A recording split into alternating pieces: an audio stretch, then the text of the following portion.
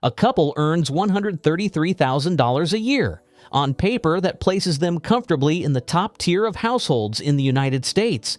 This is the range where life is supposed to feel stable. Savings should be growing, vacations should be normal, emergencies should be manageable. Instead, the reality looks very different. There's stress every month. The checking account runs low before the next paycheck hits. A car repair turns into a credit card balance. 2 full-time jobs somehow still don't create breathing room. Even with everything done right, the feeling remains the same, barely keeping up. That contradiction is the starting point, because the real question isn't how much is being earned. The real question is why it still doesn't feel like enough. And the answer has very little to do with discipline or intelligence. It has everything to do with how the system quietly reshaped what normal costs.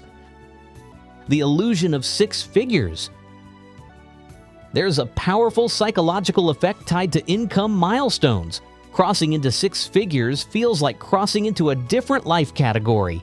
It carries an expectation, security, comfort, progress, but that expectation is based on an outdated equation. Decades ago, a single income could support a household with margin left over. Housing consumed a reasonable portion of income. Healthcare didn't dominate budgets. Childcare wasn't even a line item for many families. That margin created flexibility. Today, the equation flipped. Income increased, but costs didn't just rise. They reorganized around that increase. So while the number looks bigger, the structure underneath it changed completely. And that's where the pressure begins. The hidden shift that changed everything. The modern household didn't just gain a second income, it activated what used to be a backup plan. There was a time when one partner worked while the other managed the household.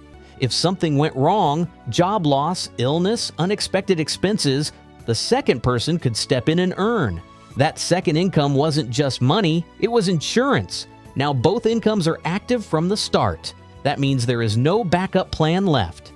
Everything, housing, childcare, transportation, debt, is built assuming both incomes will continue indefinitely. And that assumption is fragile because life doesn't operate on guarantees. What quietly changed is that stability used to come from unused capacity, not maximum output. Today, households are optimized for earning, but not for resilience. Every dollar has a job before it even arrives, leaving no room for disruption. Even short interruptions, like a few unpaid days off, can ripple through an entire month's budget. This creates a system where consistency is required, not just helpful, and consistency is one of the few things life rarely provides. Burnout, layoffs, health issues, and family obligations don't follow financial plans. They show up unannounced and demand immediate attention. Without a backup income to activate, households are forced to rely on debt instead. Credit cards quietly become the new emergency fund. But unlike savings, debt compounds in the wrong direction. What was meant to be temporary relief turns into long-term drag. At the same time, fixed expenses don't adjust downward when income does. The mortgage remains the same, the daycare bill remains the same, the insurance premiums remain the same. That rigidity is what makes the system feel suffocating. There's movement in income, but no flexibility in obligations. Over time, this creates a constant underlying tension, even during stable periods, because deep down, there's an awareness that everything is balanced on 2 uninterrupted paychecks, and the margin for error is almost non-existent. This is why even high earners can feel one step away from falling behind. Not because they lack income, but because they lack breathing room. And without breathing room, stability becomes an illusion rather than a reality. Where the money actually goes. At a glance, a 6-figure income feels large, but when broken down, it becomes clear how quickly it gets absorbed. Taxes take a significant portion immediately. In many cases, 30% or more disappears before it even reaches a bank account. Housing becomes the largest anchor. In many areas, mortgages or rent consume a huge percentage of income, often based on what lenders approve rather than what creates comfort. Childcare quietly becomes one of the most expensive recurring costs.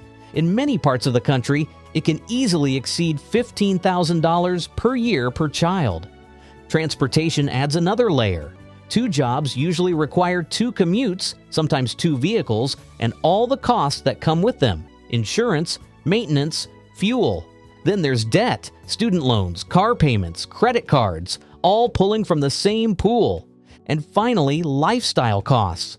Not luxury spending, but the small, consistent expenses that come from being busy and exhausted. Food delivery, subscriptions, convenience services, things that save time when time is limited. Each category on its own seems reasonable. Together, they leave almost nothing behind. What makes this more difficult to see is how these costs scale quietly over time. Small increases don't feel dangerous in isolation, but they compound across categories. A slightly higher rent here, a slightly newer car there, a few more subscriptions layered in. None of it feels excessive in the moment. In fact, most of it feels justified. Better neighborhoods promise better schools and safer environments. Reliable cars promise fewer breakdowns and less stress. Convenient spending promises time saved in already packed schedules.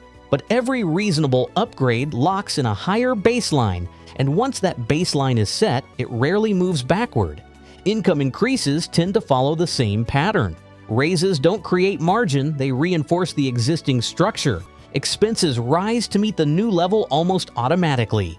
This is how lifestyle expansion happens without conscious decisions. Over time, the gap between income and obligation stays the same, even as both numbers grow. This creates the illusion of progress without the reality of improvement, because the absolute numbers are bigger, but the relative breathing room is unchanged. And in some cases, it actually shrinks. Unexpected costs feel just as disruptive as they did at lower income levels. Savings fail to grow at the pace that income suggests they should, and the feeling of being stretched never quite disappears. Not because the income is insufficient, but because the structure absorbs it entirely. What looks like financial growth from the outside often feels like financial stagnation from the inside. The second income illusion. There's a common belief that the second income is what creates wealth, but when examined closely, something surprising appears. Take a scenario where one partner earns $70,000 and the other earns $50,000. That second income of $50,000 looks like a major boost, but after taxes, it may drop closer to $32,000 or $35,000 in take-home pay. Then childcare enters the picture, removing a large portion of that amount. Commuting costs subtract even more. Convenient spending, driven by time scarcity, chips away further. By the end, what looked like a $50,000 contribution may shrink to almost nothing. In some cases, it becomes negligible. In others, it becomes negative. That's the part most people never calculate, because decisions are made based on gross income, not what actually remains. What makes this dynamic even more misleading is how it shapes long-term decisions. Large financial commitments are made under the assumption that both incomes are fully effective. Mortgage approvals, car financing, and lifestyle upgrades all rely on the combined number. But the true usable portion of that second income is far smaller than it appears. This creates a mismatch between perceived earning power and actual financial capacity. Over time, that mismatch becomes harder to ignore. The household feels stretched even though the income suggests comfort, and because the second income is tied to essential costs, stepping back becomes difficult. Reducing work hours or changing careers suddenly feels risky instead of optional. This is where the illusion breaks down completely. The second income stops functioning as a wealth builder and starts acting as a requirement. Instead of accelerating progress, it maintains the current level of obligation. And once that pattern is established, reversing it requires intentional effort. It's not just about earning more, but about understanding what that income is truly doing. Because if most of it is being redirected into maintaining the system, it isn't creating freedom, it's sustaining dependency. And that distinction is what separates the feeling of getting ahead from the reality of staying in place. When viewed through that lens, the goal shifts away from maximizing income alone. It becomes about preserving what that income can actually provide, because wealth isn't built from what comes in, it's built from what remains. The trap tightens. Once both incomes are committed to fixed expenses, flexibility disappears. A mortgage is chosen based on combined earnings.